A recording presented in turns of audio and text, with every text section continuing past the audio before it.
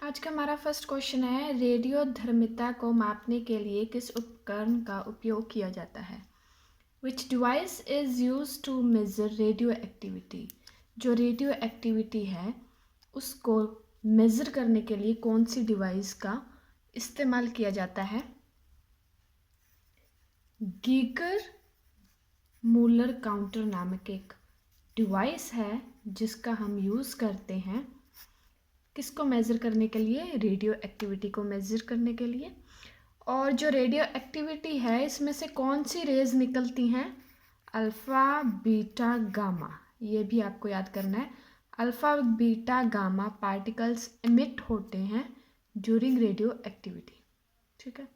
Second question, पृथ्वी से भूस्थिर उपग्रह की ऊंचाई कितनी है? What is the height of geostationary satellite from the earth?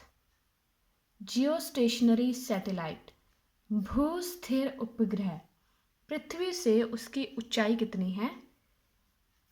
Exact ऊंचाई है जो वो तो ये है 35,800 किलोमीटर है, लेकिन इसका राउंड ऑफ कर देते हैं कई बार तो इसका 36,000 किलोमीटर बना देते हैं। हमें पता है ना, जब ग्रेटर देन 5 हो तो एक हम इधर ले जाते हैं, 6 राउंड ऑफ किया जाता है तो उसका अप्रॉक्सीमेटली 36,000 कर देते हैं। तो अगर ऑप्शन में 36,000 है तो वो भी ठीक है। ये दोनों आंसर्स ठीक हैं। ठीक है, तो देखिए अगर हमारा थर्ड क्वेश्चन है जो टॉक की एसआई ऊंचाई कितनी है? टॉक की एसआई इकाई क्या है? What is the SI unit of torque? तो इसकी एसआई यूनिट न्यूटन मीटर है। Newton metre. टॉर्क का सिंबल क्या है? टॉर्क को हम ऐसे रिप्रेजेंट करते हैं। टॉर्क है क्या? ये किसी इंजन की रोटेशनल फोर्स होती है। कोई भी इंजन अपनी कैपेसिटी के अकॉर्डिंग वर्क कर रहा है तो उसकी रोटेशनल फोर्स होती है टॉर्क। टॉर्क को सिंबल कैसे रिप्रेजेंट कैसे करते हैं? इस सिंबल के साथ करते हैं। और जो इसकी एसआई यूनिट है वो क्या है? न्यूटन मीटर है। नेक्स्ट क्वेश्चन देखिए, ट्यूबलाइट में चौक का उद्देश्य क्या है? ट्यूबलाइट होती है उसमें चौक का उद्देश्य क्या है? What is the purpose of choke in tubelight? Tubelight में चौक का उद्देश्य क्या है? ये क्या करता है? ये करंट को रिड्यूस करता है। सर्किट में करंट को रिड्यूस करता है। बहुत इंपॉर्टेंट क्वेश्चन है। चौक क्या करता है? Reduces current in circuit. Circuit में करंट को कम करता है, रिड्यूस करता है। फिफ्थ क्वेश्चन, परमाणु का आकार क्या है? What is the size of atom? परमाणु यानी कि एटम। एटम का साइज क्या है?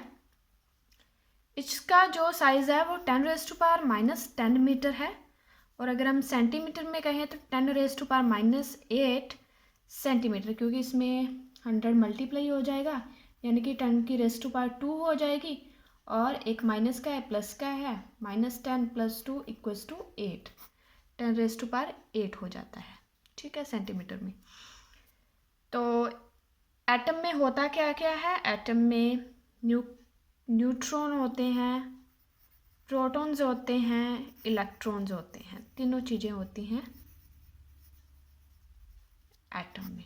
ठीक है। और अगर हम न्यूक्लियस की बात करें, न्यूक्लियस में क्या क्या होता है? न्यूक्लियस में सिर्फ न्यूट्रॉन और प्रोटॉन्स होते हैं।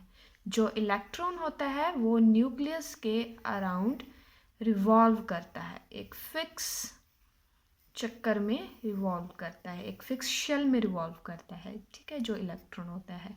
न्यूक्लियस में प्रोटॉन्स और न्यूट्रॉन्स होते हैं। ठीक है, एटम में ये तीनों ही होते हैं। आगे देखिए, आइसोटॉप क्या है? What are isotopes? आइसोटॉप क्या है? आइसोटॉप्स में जो एटॉमिक नंबर है वो सेम होता है और जो मास नंबर है, देखिए यहाँ पे दिख नहीं रहा, ये अब देखिए, जो मास नंबर है वो डिफरेंट होता है। आइसोटॉप्स में क्या होता है, एटॉमिक नंबर सेम होता है, मास नंबर डिफरेंट होता है। एक एग्जांपल देख लेते हैं। जैसे हम कार्बन के आइसोटॉप्स लें, कार्बन का जो एटॉमिक नंबर है वो 6 होता है। कार्बन का एटॉमिक नंबर कितना होता है, 6 होता है। हम 3 आइसोटॉप्स लेते हैं, देखिए एटॉमिक नंबर तो सेम है, लेकिन इनका जो मास नंबर है यहाँ पे 12 है, यहाँ पे 13 है और यहाँ पे 14 है। मास नंबर डिफरेंट है आइसोटॉप्स में और जो एटॉमिक नंबर है वो सेम है। ठीक है, तो ये तीनों कार्बन्स के आइसोटॉप्स हैं। अभी देखिए नेक्स्ट क्वेश्चन देखिए, केल्विन पैमाने पर बर्फ का पिघलन बिंदु क्या है? What is the melting point of ice on Kelvin scale? Kelvin scale पर जो हम आइस पिघलाते हैं उसका मेल्टिंग पॉइंट क्या है?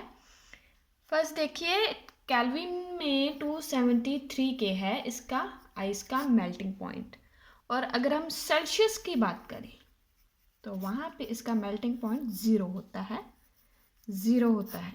ठीक है, केल्विन में 273 और सेल्सियस में 0। नेक्स्ट देखिए, प्रक्रिया जिसके माध्यम से शरीर के निर्माता अस्थि मज्जा में रक्त कोशिकाओं को कहते हैं। Process through which the body manufactures blood cells in bone marrow is called।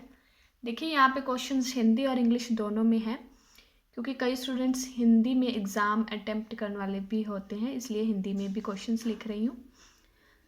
तो ऐसा कौन सी प्रोसेस है, उस प्रोसेस को हम कहते हैं हेमेटोपोइसिस। क्या कहते हैं? हेमेटोपोइसिस प्रोसेस। ओ है ये हेमेटोपोइसिस प्रोसेस है जिसके द्वारा बॉडी में बोन मैरो में ब्लड सेल्स मैन्युफैक्चर होते हैं। देखिए इसमें एक क्वेश्चन का और आंसर मिल गया, जो हमारे आरबीसीज हैं, रेड ब्लड सेल्स हैं, कहाँ बनते हैं? बोन मैरो में बनते हैं। ठीक है, ये भी क्वेश्चन आ सकता है कि जो ब्लड सेल्स हैं वो किस में बनते हैं? बोन मैरो में बनते हैं, और इस प्रोसेस को हम क्या बोलते हैं? हेमेटोपोइसिस। ठीक है, नेक्स्ट क्वेश्चन देखिए, किसे औषधि का जनक माना जाता है? Who is regarded as father of medicine? किसे औषधि का जनक माना जाता है? फादर ऑफ मेडिसिन किसे कहा जाता है? हिप्पोक्रेट्स को। किसे कहा जाता है? हिप्पोक्रेट्स। लास्ट क्वेश्चन देखिए हमारा, गुरुत्वाकर्षण के कारण त्वरण पर क्या प्रभाव पड़ेगा यदि पृथ्वी की त्रिज्या कम हो जाती है? What effect will be on acceleration due to gravity if the radius of Earth is decreased? जब हम अर्थ के रेडियस को कम कर देते हैं, डिक्रीज कर देते हैं, तो एक्सेलरेशन ड्यू टू ग्रेविटी यानी कि स्मॉल जी पर इसका क्या इफेक्ट पड़ेगा? तो ये क्या हो जाएगी? इंक्रीज हो जाएगी। अगर रेडियस डिक्रीज करेंगे तो जो जी है वो इंक्रीज हो जाएगी। कैसे हो जाएगी? देखिए स्मॉल जी का फॉर्मूला पिछली वीडियो में बताया था मैंने आपको। m1 m2 टू मासेस हैं, टू बॉडीज के। जी क्या है? ग्रेविटेशनल कांस्टेंट है, और ये क्या है? एक्सेलरेशन ड्यू टू ग्रेविटी है। ठीक है, और जो ये है रेडियस है। अब देखिए जी और आर स्क्वायर इन्वर्सली प्रोपोर्शनल है। देखिए इन्वर्सली प्रोपोर्शनल का साइन है ये।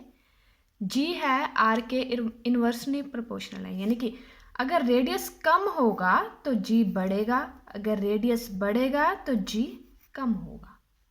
ठीक है,